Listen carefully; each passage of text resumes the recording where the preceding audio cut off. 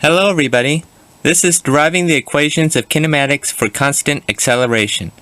Now kinematics is about one half of mechanical physics. Mechanics is both kinematics and dynamics, i.e. the motion or movement and the forces affecting the movement. So motion or movement, that's all in the realm of kinematics. And I trust that you know what acceleration is by now and constant acceleration. So let's get started. First, mathematically, what is acceleration? Well, the acceleration, which is a vector, is the change of velocity over the change of time, or time elapsed, which equals v final minus v naught, which is your final velocity and your initial velocity, divided by your final time minus your initial time. So we don't, well, it depends on the professor and the textbook, but we don't really put like F and I for final and initial respectively. We just put the final having no subscripts and the initial being not, or this zero symbol.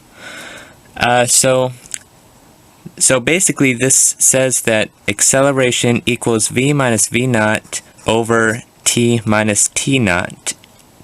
Now let us assume that your initial time is 0. So let's assume that the initial time is 0, so your final time minus 0, of course, is just going to be your final time, so we could neglect that.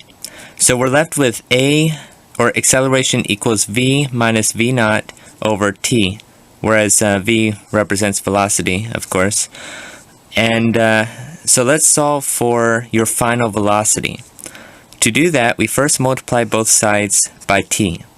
Okay, that's going to cancel out on that side.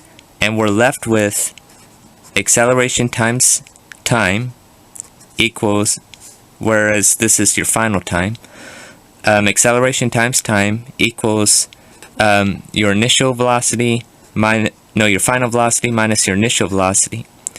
Okay, and now you just simply algebraically add your initial velocity to both sides, and you're left with this kinematic equation, which, you know what, I'll try to change colors here to blue.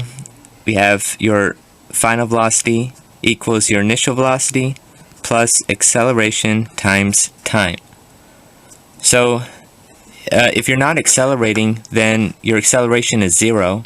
So you could go 100 seconds and your initial will still equal your final. But once you start accelerating, it's dependent on the time that you, how long that you've been accelerating constantly for, and you add that to your initial velocity, and out will come your final velocity.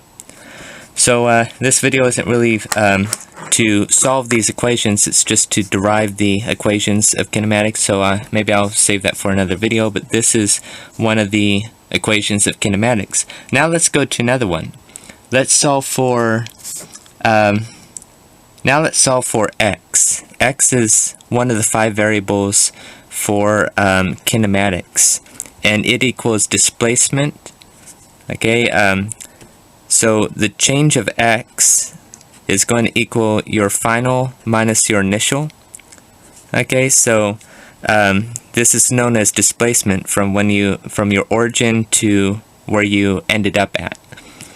So to solve for x, to find your displacement, let's first define velocity. What is average velocity? Now it's very imperative and extremely important that you really keep them where you really keep track of your variables, because this, I like to write it here, this velocity with an overbar does not necessarily equal that, which is your final velocity, which doesn't equal your initial velocity.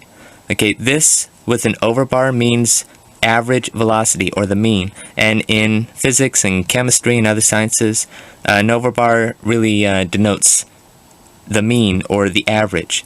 So the average velocity equals the change of x, or change in position over the change of time, which also means displacement over time. And as we have defined here, this equals x minus x naught over t minus t naught.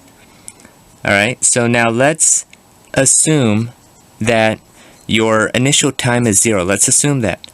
And let's assume that your initial position is 0 too. So let's say you start at 0 seconds at 0 meters, and then you go on your journey. You're left with your average velocity equaling to x over t. Okay, now solve for x. You multiply both sides by t. That cancels out. You multiply to the other side, and you're left with your average velocity times time equals x. Now, what else equals the average? How else can you find the average with constant acceleration? Well, it's defined like this, that your average velocity, and this is average, remember, because the overbar, it's going to equal 1/2 your initial plus your final. And this is, just think this out intuitively, like at constant acceleration, you're going to have a constant velocity, or a constant increase in velocity. So if you could imagine something like this, so here you're going at a constant acceleration, a constant velocity with no acceleration, and then now here you're accelerating at a constant rate, so that therefore your velocity increases smoothly or constantly, a constant increase in velocity, and then up here you're back at 0 acceleration and constant velocity.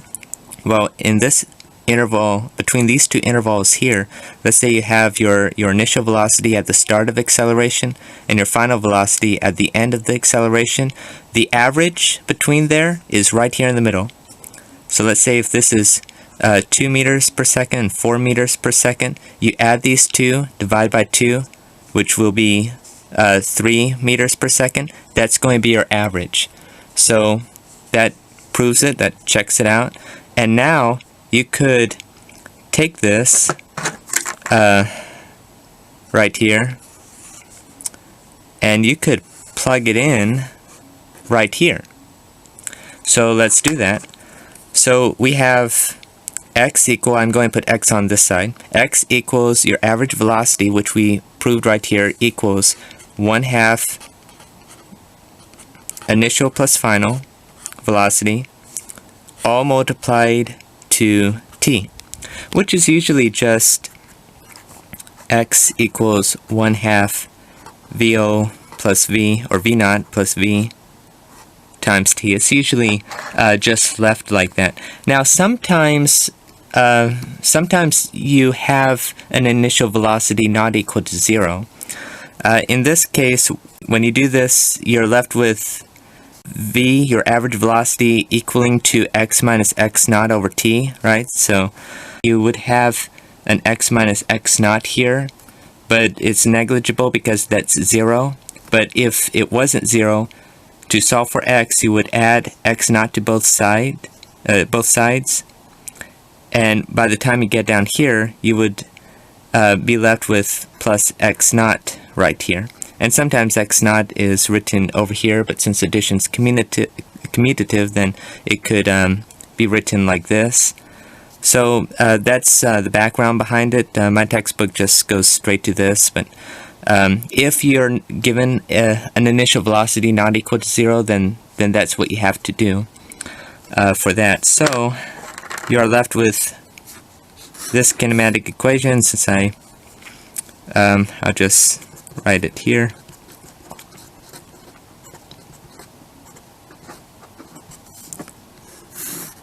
Alright, so now we have 2 of the 4 basic kinematic equations so far. And so let's now solve for our third kinematic equation. So I'm just going to rewrite this without the x naught. And so you have x equals 1/2 v naught plus v times t.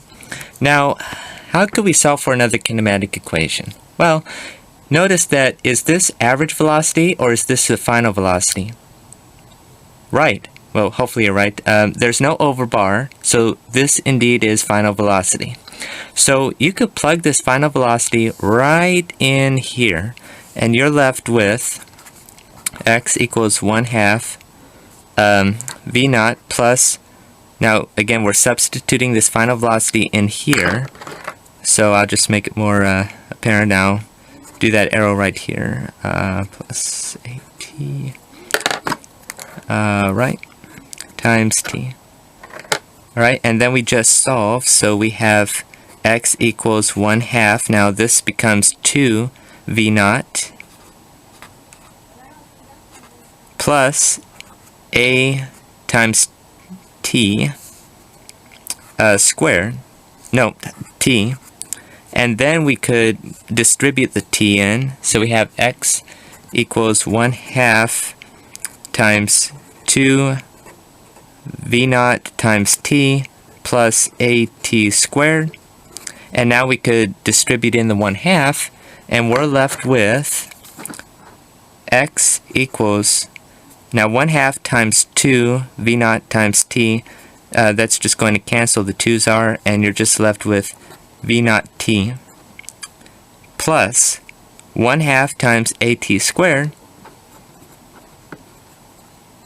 and there you go. And yeah, sometimes, so I'm just going to do that. Now sometimes, again, if the initial position is not 0, then you'll just add plus xo via the same logic from up here. Yeah, from up here. Okay, and like this, you could add xo or x naught right here. So let's move on to the fourth and final basic kinematic equation for constant acceleration. It's going to be it's the idea that we don't know the time. So let's say we're not given the time interval. How are we going to solve for a position? Because to solve for displacement, you need time. To solve for displacement here, you need time. So let's first solve for time from here. Right here. So let's copy this down again and just solve for time. Now how we solve for time is we have to subtract v naught from both sides, equals at, and then we divide both sides by a, or acceleration, so we're left with v minus v naught over a equals t. And guess what? This gets substituted here and here. Yes, it's going to be quite an interesting algebra. And so now we should be ready to derive the fourth equation in kinematics. So brand new sheet, this might get a little lengthy. So we could plug this t in right here and right there. And yeah, it could get a little lengthy. So you got x equals v naught times time. We know that this is time over a, and then we add this to 1/2 acceleration times time squared. Yes. So yeah, that. So let's just solve this. We use distributive, the distributive property here to get VOV minus VO squared, and we have over a. Okay, and then we plus 1/2 a. Let's do this first. Let's square this. So this is essentially a minus b quantity squared. And if you know, I trust that by now you're an expert at this, but you have a squared minus 2ab plus b squared. So I'm I'm sure that you know how I probably done that. So let's solve for the numerator. That's going to be v squared minus 2 VOV, and going to plus v naught squared over a squared. Now, these accelerations, this is going to cancel with one of those. This is really a times a, so you just cancel out one of them.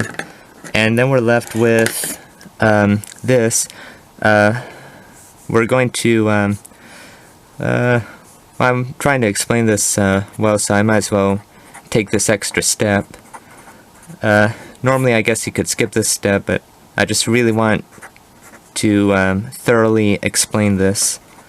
So we're left with this. Right, so I was trying to say that verbatimly, but okay, so we need the common denominator here, so we're going to multiply 2 over 2. Okay, and it's important that you put parentheses here because it's common just to multiply this by 2 and leave this alone, and that will result in the wrong answer.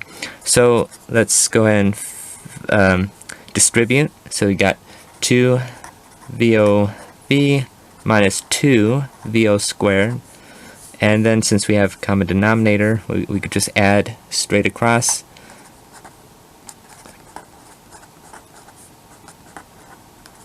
That's a V. All I did was just copy this right here. It's plus, so you don't have to worry about parentheses. If it was minus, then you would have, but since it's plus, you don't have to worry about that.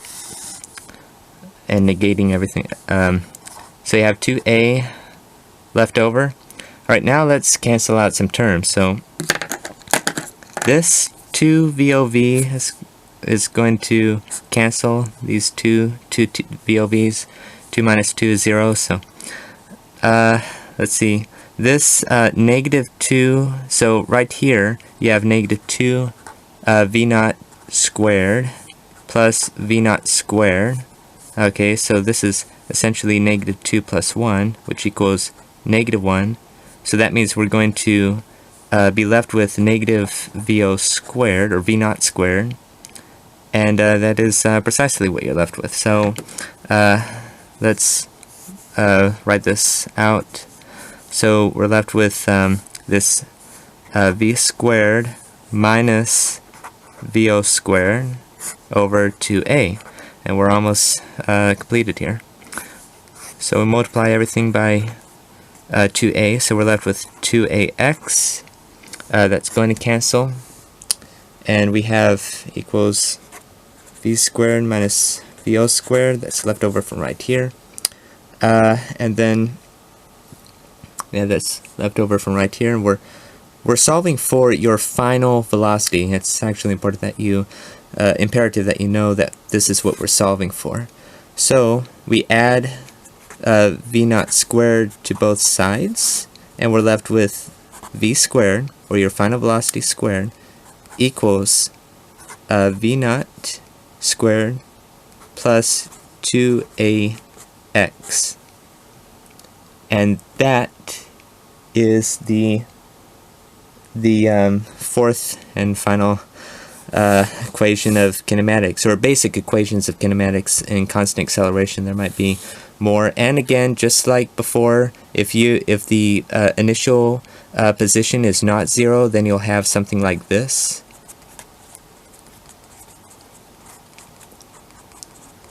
That's all I surmise. So that's so I surmise that that's good too. So basically, now how you use all these 4 kinematic equations is there's 5 variables that you have. You have displacement, acceleration, now what's this?